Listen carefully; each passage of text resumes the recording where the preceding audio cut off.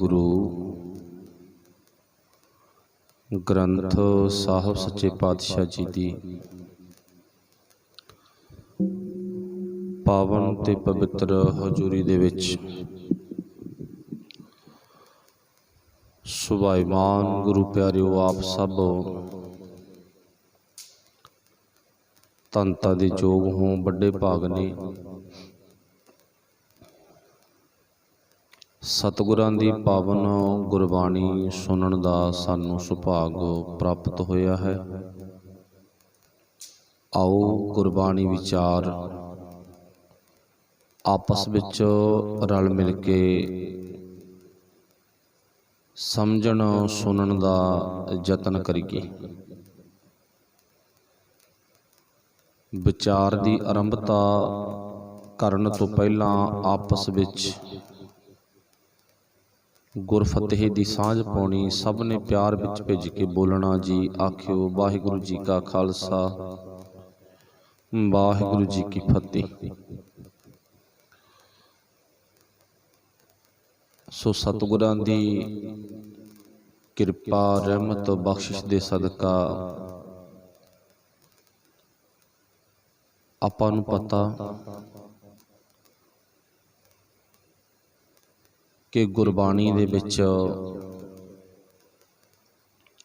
अमृत दी बहुत वारी गुरु साहब ने गल कीती है।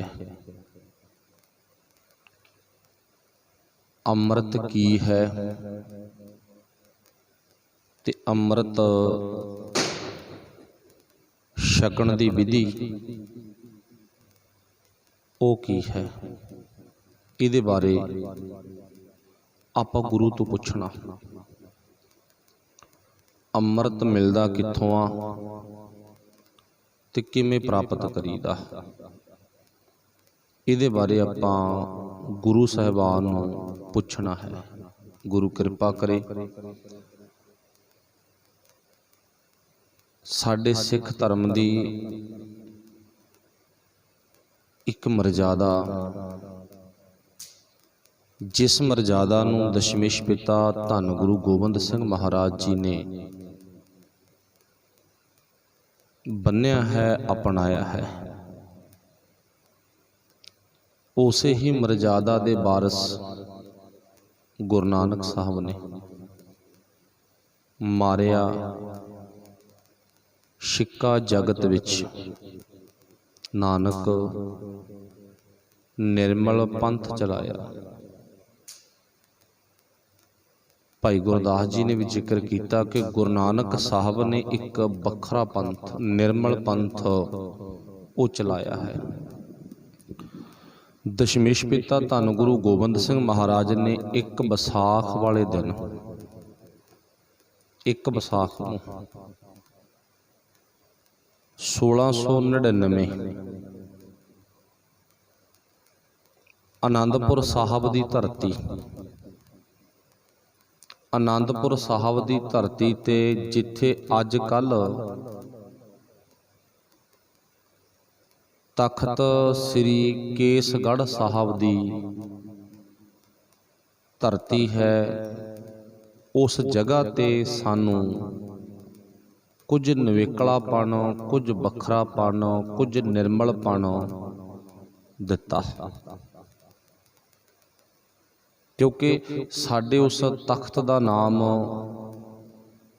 साडी उस थां का नाम गुरु साहब ने रखे ही केसगढ़, केसां दा किला। बस इत्थों अंदाजे लग जाने चाहिए आ भी असीं अपने केसगढ़ नूं संभाल लिया, असीं अपने केसगढ़ नूं, केसां दे किले नूं संभाल लिया ना। कदे वक्त सी गढ़ नूं, गढ़ मींज किला, किले नूं तोड़न दे लई बाहरों हमलावर आउंदे। चलो उन्हां दी अपनी पैरवाई सी, वो किले नूं भन्न के जांदे आ, तोड़ के जांदे आ जां नहीं पांदे, एक अलग विशा। वो तां बाहरों चढ़ के आए दुश्मन ने, हमलावर ने, ਪਰ ਗੁਰੂ ਨੇ ਜਿਸ ਥਾਂ ਤੇ ਸਾਡੀ ਜ਼ਿੰਦਗੀ ਦੇ ਵਿੱਚ ਇੱਕ ਨਵਾਂ ਨਵੇਕਲਾਪਨ, ਨਿਰਮਲਤਾ ਦੀ ਦਾਤ ਬਖਸ਼ਿਸ਼ ਕੀਤੀ ਆ, ਕੇਸਾਂ ਦੀ ਮਹੱਤਤਾ ਬਾਰੇ ਸਾਨੂੰ ਜਾਣੂ ਕਰਵਾਇਆ, ਗੁਰੂ ਪਰਮੇਸ਼ਰ ਪਰਮਾਤਮਾ ਦੇ ਨਾਲ ਇੱਕਮਿਕ ਹੋ ਕੇ ਅੰਮ੍ਰਿਤ ਦੀ ਦਾਤ ਪ੍ਰਾਪਤ ਕਰਕੇ ਅਸੀਂ ਉਹਦੇ ਵਿੱਚ ਅਭੇਦ ਹੋਣਾ, ਇਸ ਗੱਲ ਦਾ ਸੰਕਲਪ, ਦ੍ਰਿੜਤਾ ਸਾਨੂੰ ਦਿੱਤੀ ਹੈ ਕਿ ਅਸੀਂ ਉਸ ਵਾਹਿਗੁਰੂ ਜੀ ਦੇ, ਉਸ ਗੁਰੂ ਜੀ ਦੇ ਪਾਏ ਹੋਏ ਪੂਰਨਿਆਂ ਤੇ ਕਿੰਨਾ ਕੁ ਚੱਲੇ ਆ।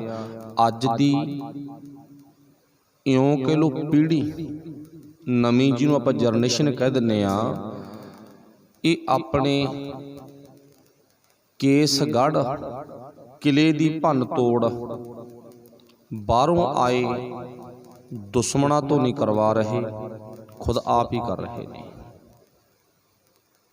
ਆਪਣੇ ਕੇਸਾਂ ਦੇ ਗੜ੍ਹ ਨੂੰ ਖੁਦ ਆਪ ਢਾ ਰਹੇ ਨੇ। ਇਹ ਤਾਂ ਫਿਰ ਗੁਰਬਾਣੀ ਦੀ ਗੱਲ ਵੀ ਸੱਚੀ ਹੈ ਨਾ, ਤੇ ਦੁਨੀਆ ਦੀ ਕਹਾਵਤ ਵੀ ਬਿਲਕੁਲ ਸੱਚ ਆ। ਪਾਏ ਕੁਹਾੜਾ ਮਾਰਿਆ ਗਾਫਲ ਆਪਣੇ ਹੱਥ, ਤੇ ਦੁਨੀਆ ਕੀ ਕਹਿੰਦੀ ਆ ਭਾਈ, ਇਹ ਤਾਂ ਇੰਨਾ ਕੁ ਮੂਰਖਾ, ਆਪਣੇ ਪੈਰ ਤੇ ਕੁਹਾੜਾ ਆਪ ਹੀ ਮਾਰੀ ਜਾਂਦਾ। ਉਹ ਕੌਣ ਨੇ? ਅਸੀਂ ਆ। ਆਪਣੇ ਪੈਰਾਂ ਤੇ ਕੁਹਾੜਾ ਮਾਰਨ ਵਾਲੇ ਅਸੀਂ। ਸਾਡੀਆਂ ਮਿੰਨਤਾਂ ਕਰਨੀਆਂ ਪੈਂਦੀਆਂ, ਕੇਸਾਂ ਦੀ ਸੰਭਾਲ ਕਰੋ, ਅੰਮ੍ਰਿਤ ਦੀ ਦਾਤ ਪ੍ਰਾਪਤ ਕਰੋ, ਗੁਰੂ ਵਾਲੇ ਬਣੋ, ਬਾਣੀ ਪੜ੍ਹੀਏ, ਬਾਣੀ ਸੁਣੀਏ, ਬਾਣੀ ਮੁਤਾਬਕ ਜੀਵਨ ਜਿਉਈਏ। ਨਹੀਂ, ਇਹ ਗੱਲ ਕਹਿਣ ਵਾਲੀ ਨਹੀਂ ਹੈ, ਇਹ ਤਾਂ ਖੁਦ ਕਮਾਉਣ ਵਾਲੀ ਆ। ਕਿਉਂਕਿ ਸਾਡਾ ਸਾਰਿਆਂ ਦਾ ਪਿਤਾ ਇੱਕ ਆ, ਸਾਡਾ ਸਾਰਿਆਂ ਦਾ ਗੁਰੂ ਇੱਕ ਆ, ਤੇ ਜੇ ਗੁਰੂ ਇੱਕ ਆ, ਪਿਤਾ ਇੱਕ ਆ, ਤੇ ਫਿਰ ਸਾਡੀ ਮੱਤ ਵੱਖਰੀ ਵੱਖਰੀ ਕਿਉਂ ਆ?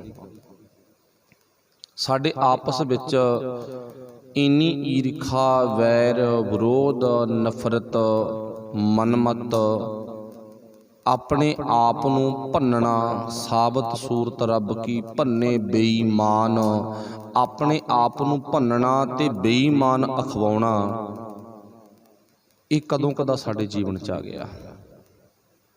ਕਦੋਂ ਕਦਾ ਸਾਡੇ ਜੀਵਨ ਵਿੱਚ ਘਰ ਕਰ ਗਿਆ? ਇਹਦੇ ਬਾਰੇ ਵੇਖਣਾ ਪਊ। ਇਹ ਬਿਮਾਰੀ ਸਾਡੇ ਅੰਦਰ ਕਦੋਂ ਆ ਗਈ? ਬੁਖਾਰ ਤੋਂ ਵਿਗੜ ਕੇ ਟਾਈਫਾਇਡ ਕਦੋਂ ਬਣ ਗਿਆ? ਵੇਖਣਾ ਪੈਣਾ। ਪਰ ਨਹੀਂ, ਅਸੀਂ ਕਦੇ ਸੰਸਾ ਨਹੀਂ ਕੀਤਾ, ਫਿਕਰ ਨਹੀਂ ਕੀਤਾ, ਕਦੇ ਅਸੀਂ ਇਸ ਗੱਲ ਤੇ ਆਪਣੇ ਆਪ ਤੇ ਸਰਚ ਨਹੀਂ ਕੀਤਾ। ਚਲੋ, ਗੁਰੂ ਕਿਰਪਾ ਕਰੇ। ਕਹਿਣ ਤੋਂ ਮੁਰਾਦ ਵੀ ਸਾਨੂੰ ਗੁਰਦੇਵ ਪਾਤਸ਼ਾਹ ਨੇ ਨਿਰਮਲਤਾ ਦੇ ਪੱਖ ਨਾਲ, ਨਿਵੇਕਲੇ ਪੱਖ ਨਾਲ ਜੋੜਿਆ। ਜਿਹਨੂੰ ਇੱਕ ਨਾਮ ਮਿਲਿਆ ਉਸ ਕੇਸਗੜ੍ਹ ਸਾਹਿਬ ਦੀ ਧਰਤੀ ਤੋਂ, ਆਨੰਦਪੁਰ ਸਾਹਿਬ ਦੀ ਧਰਤੀ ਤੋਂ, ਇਨਕਲਾਬੀ ਧਰਤੀ ਤੋਂ ਇੱਕ ਨਾਮ ਮਿਲਿਆ। ਉਹ ਕਿਹੜਾ ਨਾਮ ਮਿਲਿਆਗਾ? ਖਾਲਸਾ। ਤੇ ਖਾਲਸੇ ਦਾ ਅਰਥ ਆ, ਉਹ ਤੁਸੀਂ ਸਾਰੇ ਜਾਣਦੇ ਹੋ, ਸ਼ੁੱਧ, ਨਿਰਮਲ, ਜਿਹਦੇ ਵਿੱਚ ਮੈਲ ਕੋਈ ਨਹੀਂ, ਮੈਲ ਤੋਂ, ਕਾਲਖ ਤੋਂ ਰਹਿਤ। ਤੇ ਹੁਣ ਚੇਤਾ ਰੱਖਿਓ, ਗੁਰੂ ਨੇ 250 ਸਾਲ, ਪੌਣੇ 300 ਸਾਲ ਦੀ ਮਿਹਨਤ ਤੋਂ ਬਾਅਦ ਇੱਕ ਨਿਰਮਲ ਪਣ ਦੇ ਵਿੱਚ ਸਾਨੂੰ ਭੇਜ ਦਿੱਤਾ, ਖਾਲਸਾ ਬਣਾ ਦਿੱਤਾ। ਪਰ ਚੇਤਾ ਰੱਖਿਓ, ਵਾਹਿਗੁਰੂ ਭਲਾ ਕਰੇ, ਬਿਰਲੀਆਂ ਰੂਹਾਂ ਨੂੰ ਛੱਡ ਕੇ ਅੱਜ ਉਹ ਖਾਲਸਾ ਮਲੀਨ ਹੋ ਚੁੱਕਿਆ। ਅੱਜ ਉਹ ਪਵਿੱਤਰ ਹਵਾ ਦੂਸ਼ਿਤ ਹੋ ਚੁੱਕੀ ਆ। ਅੱਜ ਉਹ ਪਵਿੱਤਰ ਪਾਣੀ ਦੂਸ਼ਿਤ ਹੋ ਚੁੱਕਿਆ ਗਾ। ਅੱਜ ਉਹ ਪਵਿੱਤਰ ਧਰਤੀ ਮੈਲੀ ਹੋ ਚੁੱਕੀ ਆ। ਕਿਉਂ? ਇਹਦੇ ਤੇ ਇੱਕ ਸਵਾਲ ਆ। ਕਿਉਂਕਿ ਜ਼ਿੰਦਗੀ ਦੇ ਵਿੱਚ ਮੈਲ ਉਹਨਾਂ ਦੇ ਤਨ ਤੇ, ਉਹਨਾਂ ਦੇ ਕੱਪੜਿਆਂ ਤੇ ਜ਼ਿਆਦਾ ਨਜ਼ਰ ਆਉਂਦੀ ਆ। ਮੈਲ ਆਉਂਦੀ ਹਰ ਇੱਕ ਘਰ ਵਿੱਚ ਆ, ਮੈਲ ਆਉਂਦੀ ਹਰ ਇੱਕ ਸਰੀਰ ਤੇ ਆ, ਮੈਲ ਆਉਂਦੀ ਹਰ ਕੱਪੜਿਆਂ ਤੇ ਆ, ਹਰ ਬਰਤਨਾਂ ਤੇ, ਭਾਂਡਿਆਂ ਤੇ ਆ। ਪਰ ਨਜ਼ਰ ਜ਼ਿਆਦਾਤਰ ਉਹਨਾਂ ਤੇ ਆਉਂਦੀ ਆ ਕਿਹਨਾਂ ਤੇ? ਜਿਨ੍ਹਾਂ ਨੇ ਮੈਲ ਨੂੰ ਉਤਾਰਨ ਦਾ ਪ੍ਰਬੰਧ ਨਹੀਂ ਕੀਤਾ। मैल दा आउणा, मिट्टी घट्टे दा आउणा वो सुभाविक आ ते सफाई करना साडा फर्ज आ। जिन्हां ने सफाई वाल ध्यान नहीं दिता वो मैले हुंदियां हुंदियां हुंदियां एक दिन इन्ने क मलीन हो गए भी वो अपनी जिंदगी विच खुद ही लिबड़े अखवाउण लग गए, मैले अखवाउण लग गए। कदे वो बाहरों मैले सी ते अज वो अंदरों भी मैले हो गए, जीओ मैले ते बाहरों अज निर्मल कहाउण लग गए। कदे बाहरों मैले सी ते अंदरों निर्मल सी, बाहरों मैले कदे अंदरों निर्मल सी, पर अज अंदरों जी करके जिंद करके मैले ते बाहरों निर्मल कहाउणा शुरू कर दिता। ये कहानी साडी जिंदगी च आ। जिहड़ा मनुख अपनी आत्मा करके मैला हो गया, ओदा जमीर दा मरना, आत्मक तल ते खत्म होना सुभाविक आ। उहनूं कोई दुनिया दे विच बचा नहीं सकदा। फिर गुरु ने बख्शिश कीती आ कि इस दुनिया दे विच मनुख सदा अमर रहे। ये गुरु ने एक नूं नहीं सारिਆਂ ਲਈ ਇਹ बख्शिश कीती है। दुनिया दे विच जीव आया सदा ਲਈ अमर रहे। ਆਪਾਂ अमर दे अर्थ सारे जानते, चलो विचार भी करांगे ਉਹਦਾ मतलब की आ। दूसरा पक्ष एक परमात्मा दा अकाल पुरख वाहिगुरू दा निजम आ। एक पासे वो परमात्मा विकास कर रहा ते दूजे पासे विनाश कर रहा। ਉਹਦਾ निजम आ ना, एक किसान आ, एक माली आ, एक पासे फसल बीज भी रहा, दूजे पासे फसल नूं वढ भी रहा। अपना सारिਆਂ ਦਾ ਜਿਹੜਾ पुरखी किता ना वो खेती आ। ते गुरबाणी विच खेती तो, माली तो, किसान तो उदाहरणा गुरु ने बहुत लितियां। एक नहीं बड़ियां उदाहरण लैतियां, क्योंकि किसान दा रोजाना नवीं तो नवीं कुदरत दे विच जो भी वस्तु फुटी आ ना उहदे नाल वाह पैना। ताइयों किरसानी करन वाले वीर नूं दाते दा रुतबा मिलिया हुआ साडी दुनिया दे लोकां वल्लों, अन्नदाता। देखो वैसे आपां जे अंदरूनी लेवल ते वेखीए ना तो अन्नदाता परमात्मा ही हो सकदा ना, सब नूं दातां देण वाला दद्दा दाता एक है। पर फिर भी कदे ना कदे बोल जाके वो अन्नदाता मनुख दे नाल जुड़दे ने। क्यों? क्योंकि तू इन्ना सियाणा, तू रोज़ खेती च फसल च बाग च विचरदा ना ते तैनूं पता सब बारे। ये उदाहरण की है, एक पासे तू फसल बीज रहा, दूजे पासे वढ़ रहा। ये निजम रब दा। इहदा मतलब अन्नदाता रब वाले काम कर रहा है। इहदा मतलब सिद्ध ही हो गया ना, अन्नदाता रब वाला काम कर रहा। रब भी एक बन्ने फसल बीजी जांदा ते दूजे पासे फसल वड्डी जांदा। इस कुदरत दा जिहड़ा पसारा आपां वेख रहे हैं, ये सारे दा सारा जे सुंदर आ ना, जे सोहना गा तो इसे गल करके सोहना। किहड़ी गल करके? इसे गल करके सोहना भी इस धरती ते पुराना जीव जा रहा, नवा आ रहा गा। पुराने दी सुंदरता खत्म है, नवे दी सुंदरता बहुत आ। इसे करके संसार सोहना, इसे करके संसार नूं कहा ना जान नूं जी नहीं करदा रंगली दुनिया तो। ये तो साडे आम टोटके आ, बोलियां ने। पर इस धरती ते आए हुए पैगंबरां ने दुनिया दे विच यतन कीता असीं मरीए ना, पर मरना वो रब जी दा एक निजम आ। जो आया सो चल सी। अच्छा हुण जिहड़ा जो आया सो चल सी, इनू नवा रूप गुरु नानक साहब ने दिता गा।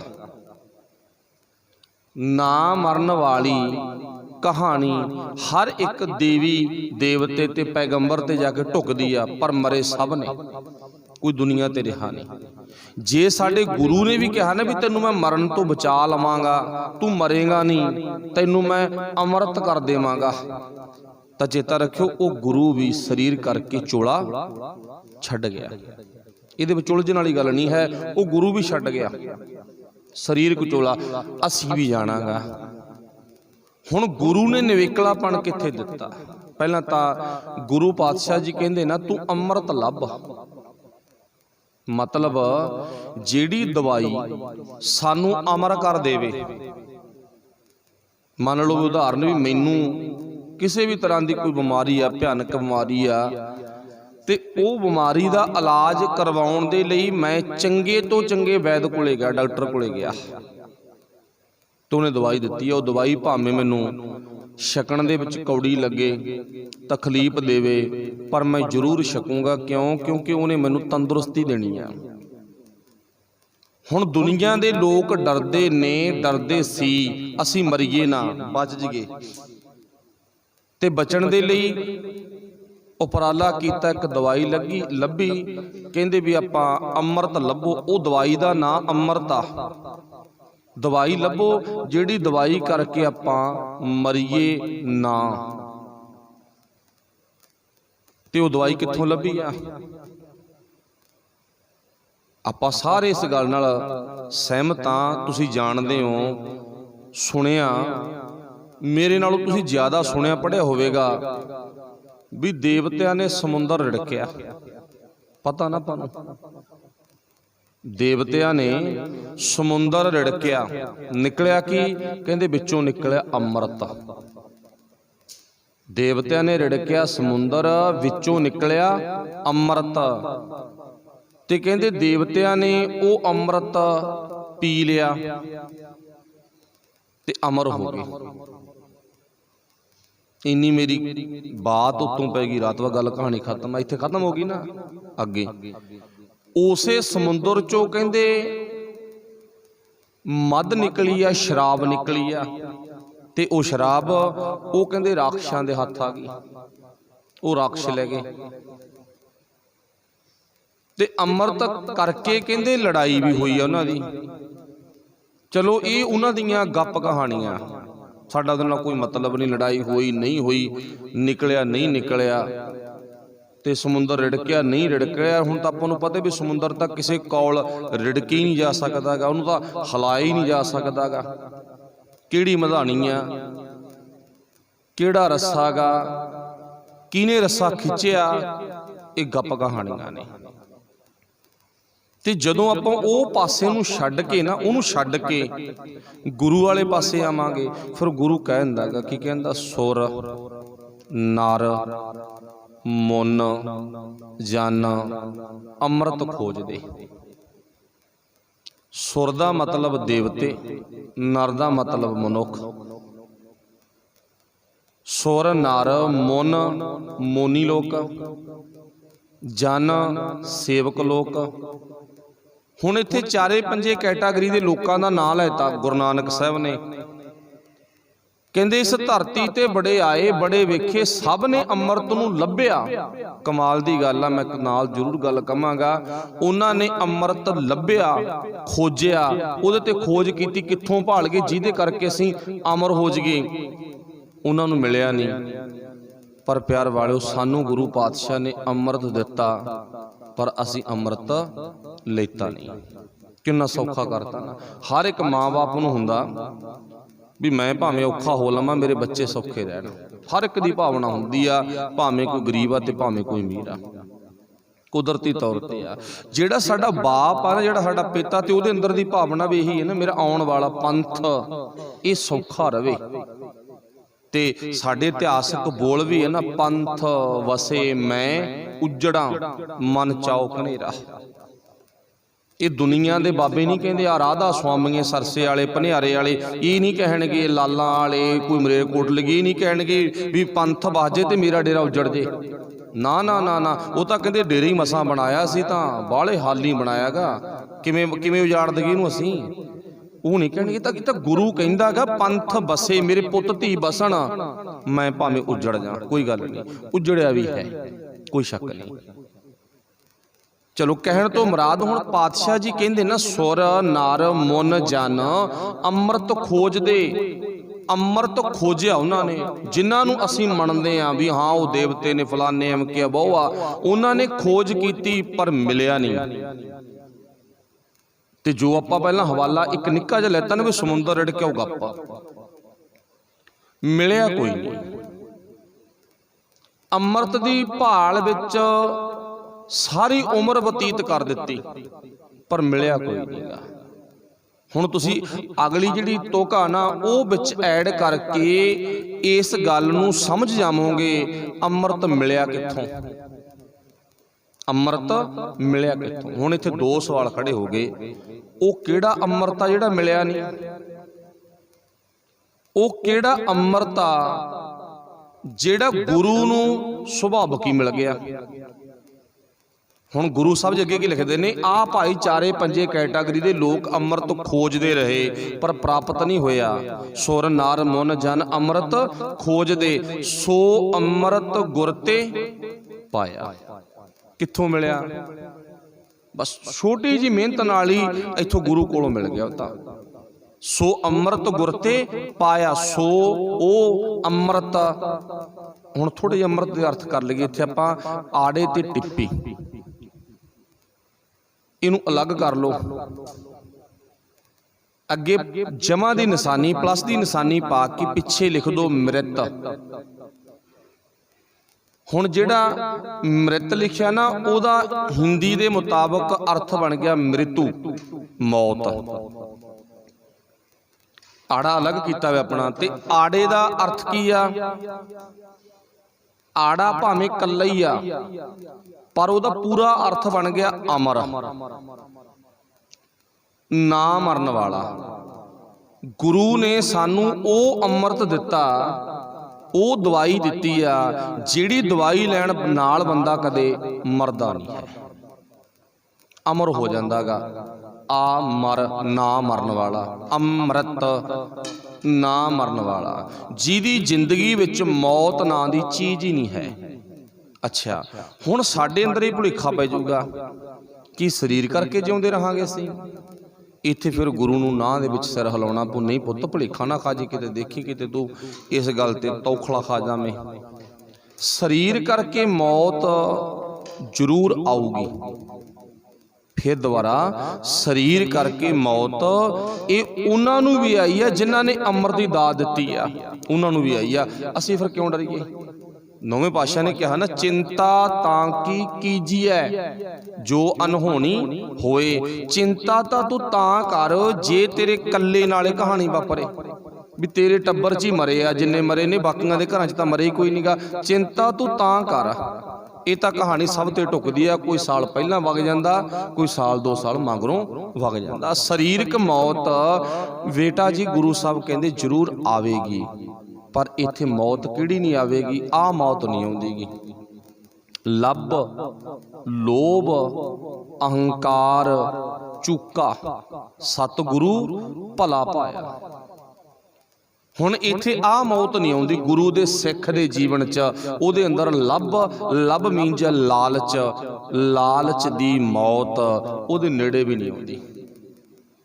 ਤੇ ਹੁਣ ਇਹ ਗੌਰ ਆਪਾਂ ਕਰਨੀ ਆ, 5 ਕਕਾਰ ਪਹਿਨ ਕੇ ਅੰਮ੍ਰਿਤਧਾਰੀ ਨਹੀਂ ਬਣਿਆ ਜਾਂਦਾ। ਇਹ ਨਾਲ ਨਾਲ ਮੈਨੂੰ ਗੱਲਾਂ ਕਹਿਣੀਆਂ ਪੈਣਗੀਆਂ, ਵਾਹਿਗੁਰੂ ਭਲਾ ਕਰੇ, ਜ਼ਰੂਰ ਇਹ ਕਹਿਣੀਆਂ ਪੈਣਗੀਆਂ। 5 ਕੱਕੇ 5 ਕਕਾਰ, ਕੇਸ ਕੰਘਾ ਕੜਾ ਕਿਰਪਾਨ ਪਹਿਨ ਕੇ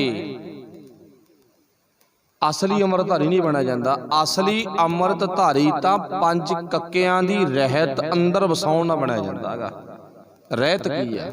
ਕੇਸਾਂ ਦਾ ਮਹੱਤਵ ਕੀ ਆ? ਸਾਡੀ ਜ਼ਿੰਦਗੀ ਵਿੱਚ ਕੰਘੇ ਦਾ ਮਹੱਤਵ ਕੀ ਆ? ਕੜੇ ਦਾ ਮਹੱਤਵ ਕੀ ਆ? ਕਿਰਪਾਨ ਦਾ ਤੇ ਕਛਹਿਰੇ ਦਾ ਮਹੱਤਵ ਕੀ ਆ? ਚਲੋ ਗੁਰੂ ਕਿਰਪਾ ਕਰੇ ਆਉਣ ਵਾਲੇ ਦਿਨਾਂ 'ਚ ਆਪਾਂ ਇਹਦੇ ਤੇ ਵਿਚਾਰ ਕਰਾਂਗੇ। ਹੁਣ ਇੱਥੇ ਕੀ ਆ ਵੀ ਗੁਰਦੇਵ ਪਾਤਸ਼ਾਹ ਕਹਿੰਦੇ ਨਾ, ਜਿਹੜੇ ਮੇਰੇ ਪੁੱਤ ਦੇ ਜੀਵਨ ਵਿੱਚ ਲੱਭ ਹੀ ਖਤਮ ਹੋ ਗਿਆ, ਲਾਲਚ ਖਤਮ ਹੋ ਗਿਆ, ਉਹ ਮੇਰਾ ਸੱਚਾ ਪੁੱਤਾ, ਪਿਆਰਾ ਪੁੱਤਾ, ਉਹ ਮੇਰਾ ਅਸਲੀ ਪੁੱਤਾ। ਹੁਣ ਇਹ ਲਫ਼ਜ਼ ਜਿਹੜਾ ਵਰਤਿਆ ਨਾ, ਉਹ ਮੇਰਾ ਸੱਚਾ ਪੁੱਤ, ਮੇਰਾ ਪਿਆਰਾ ਪੁੱਤ, ਮੇਰਾ ਅਸਲੀ ਪੁੱਤ। ਇੱਥੇ ਅਸਲੀ ਤੇ ਨਕਲੀ ਪੁੱਤ ਵੀ ਹੁੰਦੇ? ਹਾਂ ਹੁੰਦੇ ਨੇ। ਕਮਾਲ ਦੀ ਗੱਲ ਆ ਵੀ ਸਾਨੂੰ ਤਾਂ ਪਤਾ ਹੀ ਅੱਜ ਲੱਗਿਆ ਵੀ ਅਸਲੀ ਪੁੱਤ ਤੇ ਨਕਲੀ ਪੁੱਤ ਹੁੰਦੇ ਨੇ। ਅਸਲੀ ਪੁੱਤ ਵੀ ਹੁੰਦਾ ਤੇ ਨਕਲੀ ਪੁੱਤ ਵੀ ਹੁੰਦਾ। ਅਸਲੀ ਪੁੱਤ 10ਵੇਂ ਜਾਮੇ ਜਾ ਕੇ ਨਿਗਾਹ ਮਾਰ ਲਓ, ਨਕਲੀ ਪੁੱਤ ਪਹਿਲੇ ਜਾਮੇ 'ਚ ਨਿਗਾਹ ਮਾਰ ਲਓ। चलो देखना ही आपां उत्थे आपां किंतु परंतु नहीं करना भी ये क्यों आ ना। वाहिगुरू भला करे इहनूं सौखे पता लग जो आपां नूं। असली पुੱਤ बाबा लैणा, निगाह मार के वेखो, असली पुੱਤ आ ना बाबा लैणा जिन्हें गुरु नानक साहब दी एक एक गल नूं मन्निया, एक एक गल नूं मन्निया, केवल पढ़ सुन के छड्डिया नहीं है। नकली पुੱਤ कौन हुंदा? जिहड़ा गल ना मन्ने। ते कई बार सरीरक तल ते बच्चे बच्चियां नूं आपां जन्म दिता, ਆਪਾਂ ਆਮ ਹੀ ਕਹਿ ਦਿੰਦੇ ਆ ਤਾਂ ਨਾ ਜੰਮਦਾ ਤਾਂ ਹੀ ਚੰਗਾ ਸੀ। ਜਿਹਦੇ ਪਰਥਾਇਆ ਬੋਲ ਬੋਲਣ ਆ ਨਾ ਜੰਮਦਾ ਤਾਂ ਹੀ ਚੰਗਾ ਸੀ, ਤਾਂ ਇਹਦਾ ਮਤਲਬ ਉਹ ਨਕਲੀ ਆ। ਸਿੱਧ ਹੋ ਗਿਆ, ਇਹਦਾ ਮਤਲਬ ਉਹ ਨਕਲੀ ਆ। ਜਿਹੜਾ ਜ਼ਿਆਦਾ ਸਿਆਣਾ ਲਾਇਕ ਆ ਤੇ ਚੇਤਾ ਰੱਖਿਓ ਉਹਦੇ ਪਰਥਾਏ ਲਫ਼ਜ਼ ਕੀ ਹੁੰਦੇ ਆ ਉਹ ਵੀ ਆਪਾਂ ਜਾਣਦੇ ਆ। ਉਹਦੀ ਸਿਆਣਪ ਦੇ ਪਰਥਾਏ, ਇਹ ਤਾਂ ਮੇਰਾ ਪੁੱਤ ਬਾਹਲਾ ਸਿਆਣਾ, ਇਹ ਤਾਂ ਮੇਰਾ ਪੁੱਤ ਬਾਹਲਾ ਚੰਗਾ, ਹਰ ਇੱਕ ਗੱਲ ਨੂੰ ਸੁਣ ਕੇ ਮੰਨਦਾ। ਦਸ਼ਮੇਸ਼ ਪਿਤਾ ਕਹਿੰਦਾ ਉਹ ਮੇਰਾ ਅਸਲੀ ਪੁੱਤ ਤੇ ਨਕਲੀ ਪੁੱਤ ਆ। ਕੌਣ? ਜਿਨ੍ਹਾਂ ਨੇ ਗੱਲ ਨੂੰ ਸੁਣ ਕੇ ਮੰਨਿਆ। ਪਹਿਲੀ ਗੱਲ ਕੀ ਸੀ? ਲੱਭ ਹੋਣਾ ਨਹੀਂ ਚਾਹੀਦਾ। ਹੁਣ ਜਿੱਥੇ ਇਹ ਉਪਦੇਸ਼ ਦਿੱਤਾ ਨਾ ਗੁਰੂ, ਜਿਹਦੇ ਆਪਾਂ ਕੋਲ ਬੈਠੇ ਆ, ਚਵਰ ਤਖਤ ਦਾ ਮਾਲਕ ਸਾਹਿਬ ਸੱਚੇ ਪਾਤਸ਼ਾਹ ਦੇ ਚਰਨਾਂ 'ਚ ਬੈਠੇ ਨਾ, ਇਹ ਗੁਰੂ ਜਿੱਥੇ ਉਪਦੇਸ਼ ਦਿੰਦਾ ਮਾਫ ਕਰਨਾ, ਉੱਥੇ ਇਰਦ ਗਿਰਦ ਮੇਰੇ ਵਰਗੇ ਬਾਬੇ, ਮੇਰੇ ਵਰਗੇ ਸੇਵਾਦਾਰ ਸੰਗਤ ਦੇ ਅੰਦਰ ਲੱਭ ਜ਼ਰੂਰ ਹੈ। ਲੱਭ ਕੱਲਾ ਪੈਸੇ ਦਾ ਨਹੀਂ ਕਿਹਾਗਾ, ਪੈਸੇ ਬਿਨਾਂ ਬਿਲਕੁਲ ਨਹੀਂ ਸਰਦਾਗਾ। ਉਹ ਤਾਂ ਗੁਰੂ ਨਾਨਕ ਸਾਹਿਬ ਨੇ ਵੀ ਦੱਬ ਕੇ ਬਾਅਦ ਤੇ ਰੱਜ ਕੇ ਖਾਹ ਦਾ ਸੰਦੇਸ਼ ਦਿੱਤਾਗਾ। ਕੋਈ ਗੱਲ ਨਹੀਂ, ਸਮਝਦਾਰੀ ਨਾਲ ਚੱਲ।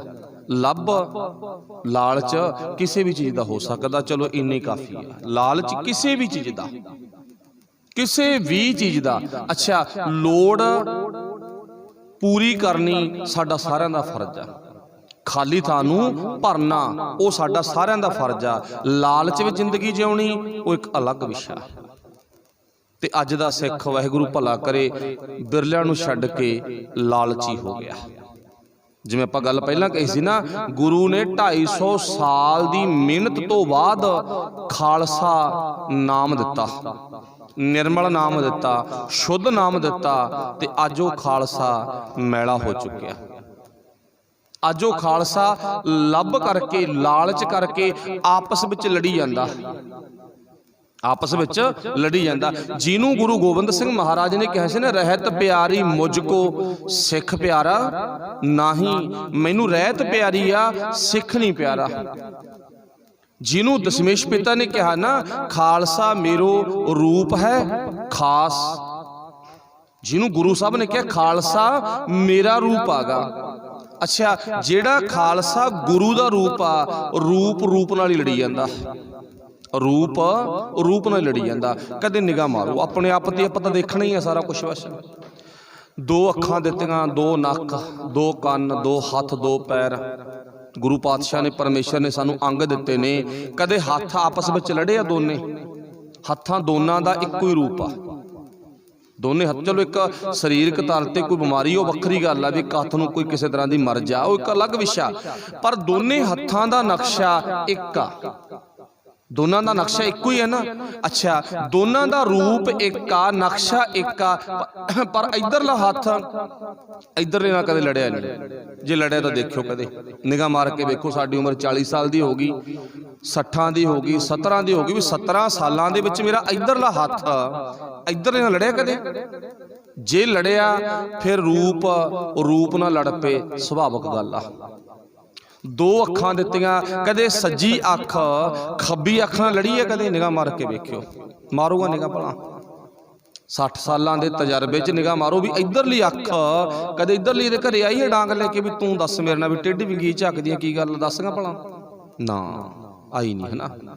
ਦੋ ਕੰਨ ਨੇ, ਕਦੇ ਮੰਨ ਲਓ ਉਦਾਹਰਨ ਹੈ ਇੱਕ, ਵੈਸੇ ਆਪਾਂ ਵਿਸ਼ੇ ਵੱਲ ਜਾਣਾ ਨਹੀਂ, ਵੀ ਇੱਕ ਕੰਨ ਨੂੰ ਆਪਾਂ ਜ਼ਿਆਦਾ ਸ਼ਿੰਗਾਰ ਲਿਆ, ਤੇ ਦੂਜਾ ਕੰਨ ਕਵੇ ਤੈਨੂੰ ਜ਼ਿਆਦਾ ਸ਼ਿੰਗਾਰ ਲਿਆ, ਮੈਂ ਨਹੀਂ ਤੇਰੇ ਨਾਲ ਬੋਲਦਾ, ਮੇਰੇ ਨਾਲ ਵਿਤਕਰਾ ਕੀਤਾ, ਮੈਂ ਤਾਂ ਪੁੱਛ ਗਏ ਸੀ ਨਹੀਂ, ਤੇਰੇ ਨਾਲ ਰਹਿਣਾ ਮੈਂ 24 ਘੰਟੇ।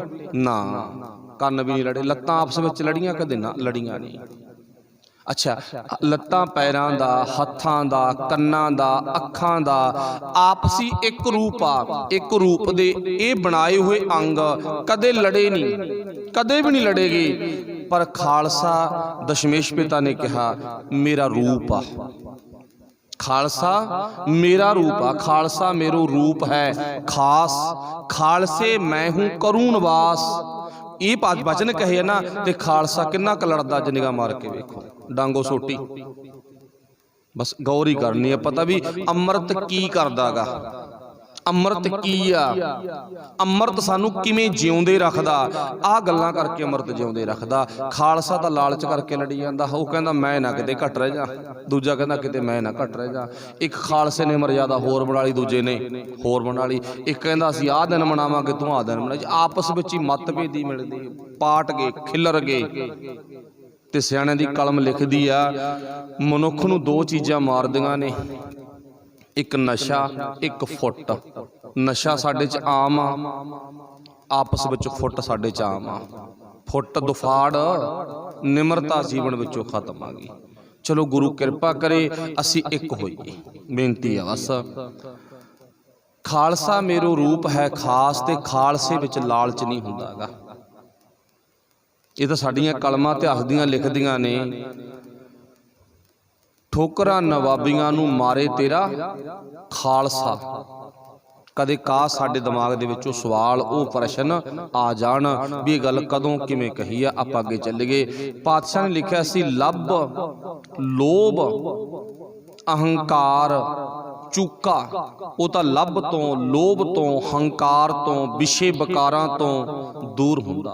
उहदे अंदर हंकार भी नहीं हुंदा। किहदे अंदर? जिहड़ा गुरु दा रूप बन गया। अहंकार चूका, फिर गुरु की बख्शिश कीते आ, उन्हां ते हो जाती है सतगुरु भला पाया। फिर गुरु उन्हां दा भला करदा भाई। जिन्हां दा गुरु भला करन लग जावे वो कदे मरदे नहीं।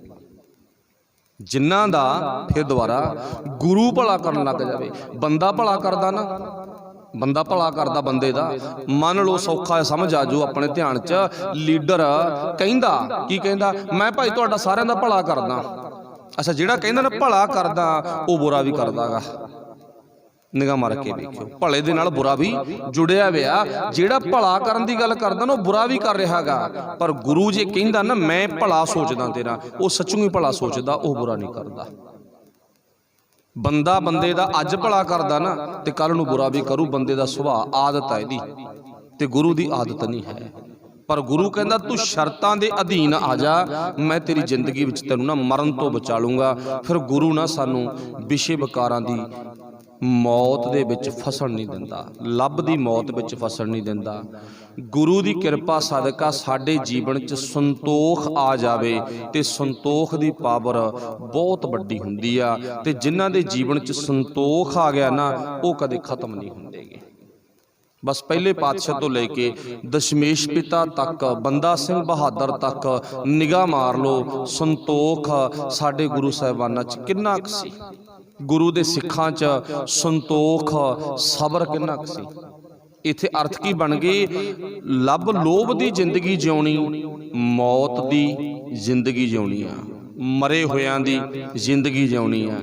संतोख दे विच रह के जिंदगी जिउणी, सबर दे विच रह के जिंदगी जिउणी तां की है? असली जिंदगी आ।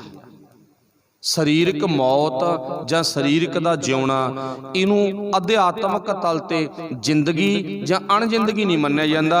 गुरबाणी अनुसार शरीर विच रहिंदियां होइयां रब नालों टुट जाना, गुणां नालों टुट जाना मौत है।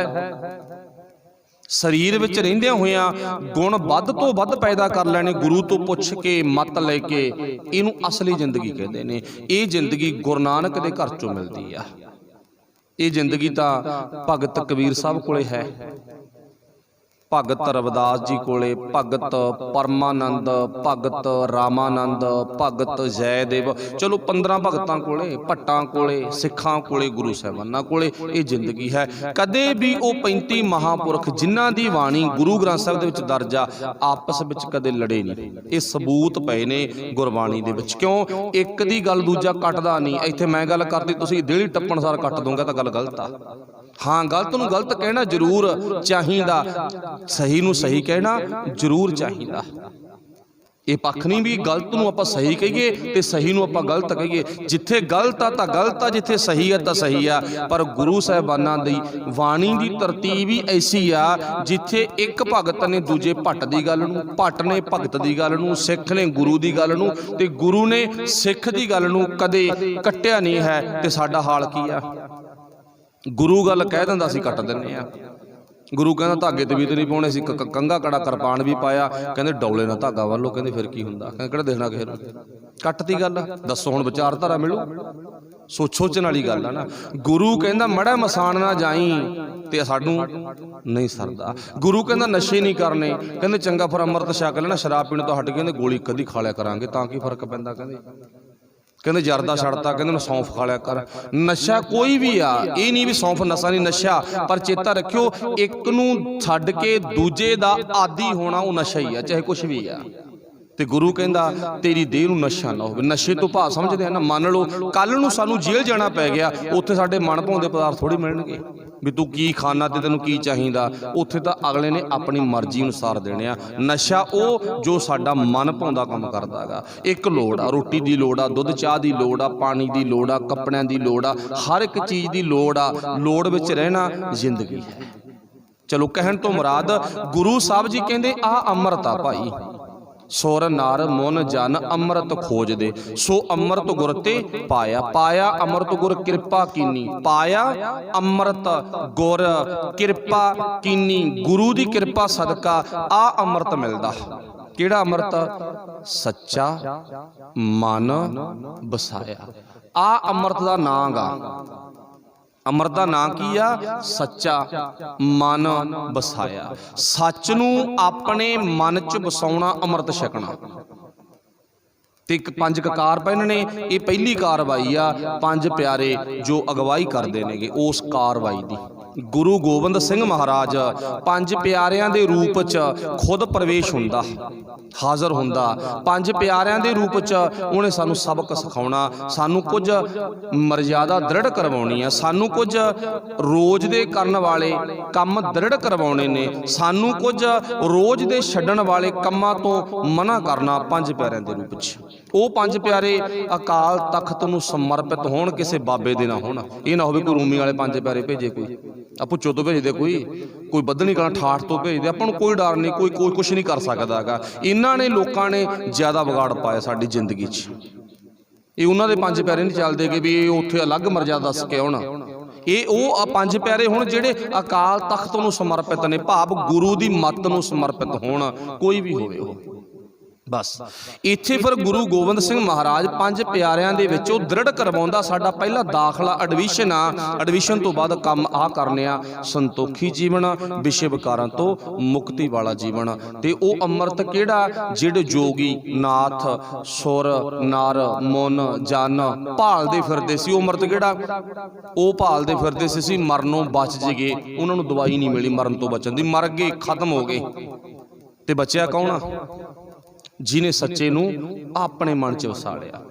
ਉਹ ਦੇਖੋ ਸੌਖਾ ਜਿਹਾ ਵਿਸ਼ਾ ਹੈਗਾ, ਸ਼ਬਦ ਹੈਗਾ, ਸੁਰ ਨਰ ਮਨ ਜਨ ਅੰਮ੍ਰਿਤ ਖੋਜਦੇ, ਸੋ ਅੰਮ੍ਰਿਤ ਗੁਰ ਤੇ ਪਾਇਆ। ਪਾਇਆ ਅੰਮ੍ਰਿਤ ਗੁਰ ਕਿਰਪਾ ਕੀਨੀ। ਤੇ ਅਗਲੀ ਗੱਲ ਕੀ ਆ? ਸੱਚਾ ਮਨ ਵਸਾਇਆ। ਗੁਰੂ ਨਾਨਕ ਸਾਹਿਬ ਨੇ ਸੱਚ ਨੂੰ ਮਨ 'ਚ ਵਸਾ ਲਿਆ। ਉਹਨਾਂ ਯੋਗੀਆਂ ਨਾਥਾਂ ਨੇ, ਉਹਨਾਂ ਮੋਨੀਆਂ ਨੇ, ਉਹਨਾਂ ਦੇਵੀ ਦੇਵਤਿਆਂ ਨੇ ਸੱਚੇ ਨੂੰ ਮਨ 'ਚ ਵਸਾਇਆ ਨਹੀਂ। ਫਰਕ ਨਹੀਂ ਆ। ਉਹ ਭਾਲਦੇ ਰਹੇ। ਨਾਨਕ ਕਹਿੰਦਾ ਮੇਰੇ ਕੋਲ ਤਾਂ ਆਮ ਪਿਆ, ਇੰਨਾ ਕੀ ਫਰਕ ਆ ਬਸ। ਉਹ ਕਹਿੰਦਾ ਮੇਰੇ ਕੋਲ ਆਮ ਪਿਆ, ਉਹ ਭਾਲਦੇ ਫਿਰਦੇ ਰਹੇ। ਸੱਚਾ ਮਨ ਵਸਾਇਆ। ਫਿਰ ਪਾਤਸ਼ਾਹ ਜ਼ਿਕਰ ਕੀ ਕਰਦੇ ਨੇ? ਕਹਿੰਦੇ ਜਦੋਂ ਸੱਚਾ ਮਨ 'ਚ ਵਸ ਗਿਆ ਨਾ, ਫਿਰ ਸੱਜਣਾ ਤੇਰੀ ਜ਼ਿੰਦਗੀ 'ਚ ਤੈਨੂੰ ਕਿਸੇ ਵੀ ਚੀਜ਼ ਦੀ ਤਮੰਨਾ ਨਹੀਂ ਰਹੇਗੀ। ਤਮੰਨਾ ਭਾਵ ਤੇਰੇ ਅੰਦਰ ਕਿਸੇ ਕਿਸਮ ਦਾ ਕੋਈ ਵੀ ਲਾਲਚ ਨਹੀਂ ਹੋਵੇਗਾ। ਲਾਲਚ ਤੇ ਆਪਾਂ ਪਹਿਲਾਂ ਵੀ ਗੱਲ ਕੀਤੀ ਹੈ, ਸੰਖੇਪ ਥੋੜਾ ਜਿਹਾ ਹੋਰ ਲੈ ਲਓ ਵੀ ਭਾਵ ਅੱਖਾਂ ਨੂੰ ਦੇਖਣ ਦਾ ਲਾਲਚ, ਹੱਥਾਂ ਨੂੰ ਕੁਛ ਚਰਾਉਣ ਦਾ ਲਾਲਚ, ਪੈਰਾਂ ਨੂੰ ਗਲਤ ਥਾਂ ਤੇ ਜਾਣ ਦਾ ਲਾਲਚ।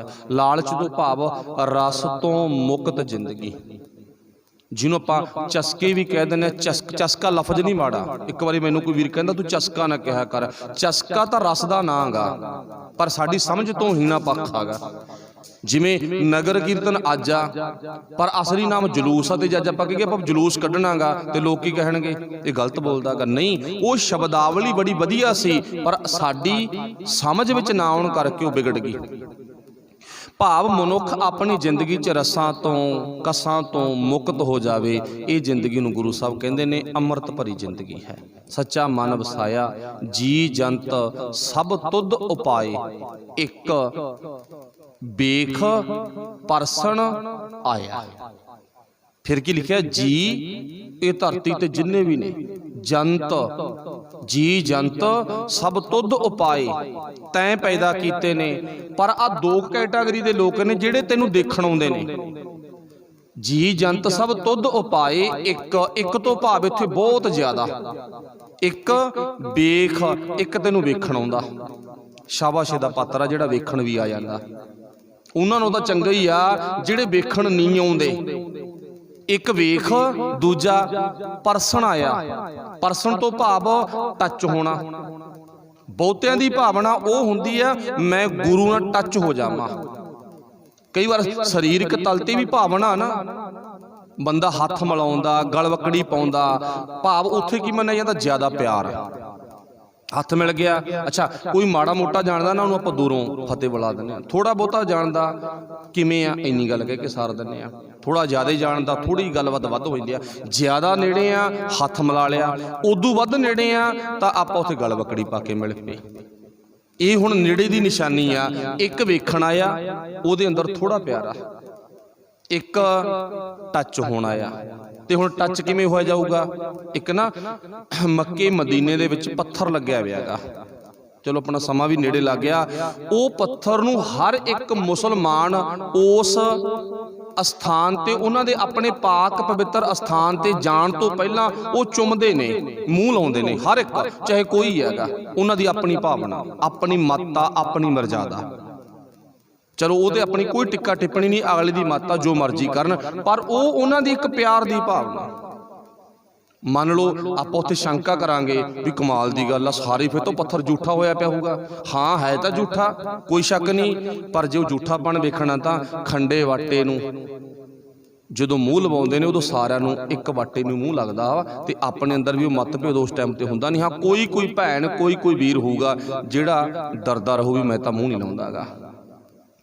ਸਾਡਾ ਵੀ ਸਾਰਿਆਂ ਦਾ ਮੱਥਾ, ਉਹਨਾਂ ਦਾ ਮੂੰਹ, ਸਾਡਾ ਮੱਥਾ ਇੱਕੋ ਥਾਂ ਟਿਕਦਾਗਾ, ਇੱਕੋ ਹੀ ਥਾਂ। ਉਹ ਥਾਂ ਹੀ ਨਹੀਂਗਾ ਵੀ ਕੋਈ ਦੂਰ ਨੇੜੇ ਪਾਸੇ ਹੋ ਕੇ ਟਿਕ ਜੂਗਾ। ਹਾਂ ਜਿਹਨੇ ਅੰਦਰ ਪਿਆਰ ਆ ਉਹ ਮੰਨਦੇ ਇਸ ਗੱਲ ਨੂੰ ਵੀ ਠੀਕ ਆ, ਸਾਡਾ ਗੁਰੂ ਕੋਲੇ ਆਉਣਾ ਮੁਬਾਰਕਬਾਦ ਹੈਗਾ। ਪਰ ਇੱਥੇ ਪਾਤਸ਼ਾਹ ਜੀ ਕਹਿੰਦੇ ਨੇ ਇੱਕ ਵੇਖਣ ਆਇਆ, ਇੱਕ ਪਰਸਨ ਆਇਆ, ਟੱਚ ਹੋਣ ਆਇਆ। ਦਰਸ਼ਨ ਪਰਸਨ ਸਰਸਨ ਹਰਸਨ ਰੰਗ ਰੰਗੀ ਕਰਤਾਰੀ ਨੇ। ਇੱਕ ਜਿਹੜਾ ਪਰਸਨ ਆਇਆ ਨਾ, ਉਹ ਮੈਂ ਗੁਰੂ ਨਾਲ ਟੱਚ ਹੋ ਜਾਵਾਂ। ਟੱਚ ਕਿਵੇਂ? ਹੁਣ ਗੁਰੂ ਨੂੰ ਗਲਵੱਕੜੀ ਪਾ ਕੇ ਤਾਂ ਮਿਲਿਆ ਨਹੀਂ ਜਾਂਦਾ। ਆਹ ਕੋਟੜੇ ਮਿਲੀਆਂ ਸੀ ਦੋ ਭੈਣਾਂ, ਹਾਲ ਮੰਦਾ ਹੋ ਗਿਆ। ਚਲੋ ਵਾਹਿਗੁਰੂ ਭਲਾ ਕਰੇ। ਗੁਰੂ ਨੂੰ ਗਲਵੱਕੜੀ ਪਾ ਕੇ ਕੋਈ ਨਾ ਮਿਲਿਆ ਨਾ ਮਿਲੇ, ਪਰ ਗੁਰੂ ਨੂੰ ਗਲਵੱਕੜੀ ਪਾਉਣ ਦਾ ਭਾਵ ਕੀ ਆ? ਗੁਰੂ ਦੀ ਬਾਣੀ ਨੂੰ ਆਪਣੇ ਗਲ 'ਚ ਲੈ ਆਉਣਾ, ਗੁਰੂ ਦੀ ਬਾਣੀ ਨੂੰ ਆਪਣੇ ਗਲ 'ਚ ਆਉਣਾ। ਉਹ ਫਿਰ ਬੰਦਾ ਕੀ ਆ? ਅੰਮ੍ਰਿਤਧਾਰੀ ਆ। ਉਹਨੇ ਅਸਲੀ ਅੰਮ੍ਰਿਤ ਪੀ ਲਿਆ। ਸੁਰ ਨਰ ਮੁਨ ਜਨ ਅੰਮ੍ਰਿਤ ਖੋਜਦੇ, ਸੋ ਅੰਮ੍ਰਿਤ ਗੁਰ ਤੇ ਪਾਇਆ। ਮੈਨੂੰ ਉੱਥੋਂ ਗੁਰੂ ਕੋਲੋਂ ਨਾ ਇਹ ਅੰਮ੍ਰਿਤ ਮਿਲ ਗਿਆ। ਇੱਕ ਵੇਖ ਪਰਸਨ ਆਇਆ, ਲੱਭ ਲੋਭ ਅਹੰਕਾਰ ਚੁੱਕਾ, ਸਤ ਗੁਰੂ ਭਲਾ ਪਾਇਆ। ਉਹ ਗੁਰੂ ਦੀ ਨਿਗਾਹ 'ਚ ਭਲਾ ਪੁਰਖ ਹੈ। ਫਿਰ ਅੱਗੇ ਪਾਤਸ਼ਾਹ ਜੀ ਕਹਿੰਦੇ ਨੇ, ਕਹੈ ਨਾਨਕ ਕਹਿ ਰਿਹਾਗਾ, ਅਜਿਹੇ ਭਲੇ ਪੁਰਖ ਨੂੰ, ਅਜਿਹੇ ਸਤਪੁਰਖ ਨੂੰ ਮੈਂ ਆਪਣੇ ਵੱਲੋਂ ਨਮਸਕਾਰ ਕਰਦਾ ਹਾਂ। ਸੋ ਗੁਰੂ ਬਖਸ਼ਿਸ਼ ਕਰੇ ਆਪਾਂ ਵੀ ਗੁਰੂ ਦੀ ਨਿਗਾਹ ਥੱਲੇ ਆਈਏ, ਗੁਰੂ ਤੋਂ ਨਮਸਕਾਰ ਕਰਵਾਈਏ। ਗੁਰੂ ਨੂੰ ਤਾਂ ਆਪਾਂ ਰੋਜ਼ ਹੀ ਕਰਦੇ ਨੇ, ਤੂੰ ਵੀ ਸਾਨੂੰ ਕਰ, ਇਹ ਸਾਡੀ ਭਾਵਨਾ ਬਣ ਜਾਵੇ। ਉਹ ਕਰਨ ਲਈ ਤਿਆਰ ਬੈਠਾ, ਪਰ ਅਸੀਂ ਕਰਵਾਉਣ ਲਈ ਤਿਆਰ ਨਹੀਂ ਹਾਂ। ਸੋ ਇੰਨਾ ਕੁ ਅੱਜ ਦਾ ਆਪਣਾ ਵਿਸ਼ਾ ਸੀਗਾ। ਸਮਾਂ ਪੂਰਾ ਹੋ ਚੁੱਕਿਆ, ਭੁੱਲਾਂ ਦੀ ਖਿਮਾ। ਅੱਜ ਆਪਾਂ ਵਿਸ਼ੇ ਤੇ ਗੱਲ ਕੀਤੀ ਹੈ ਅੰਮ੍ਰਿਤ ਕੀ, ਉਹਦੇ ਬਾਰੇ ਪਤਾ ਲੱਗ ਗਿਆ। ਮਿਲਦਾ ਕਿੱਥੋਂ ਆ ਉਹਦੇ ਬਾਰੇ ਪਤਾ ਲੱਗ ਗਿਆ, ਤੇ ਅੰਮ੍ਰਿਤ ਪੀਣ ਨਾਲ ਹੁੰਦਾ ਕੀ ਆ ਉਹਦੇ ਬਾਰੇ ਵੀ ਪਤਾ ਲੱਗ ਗਿਆ।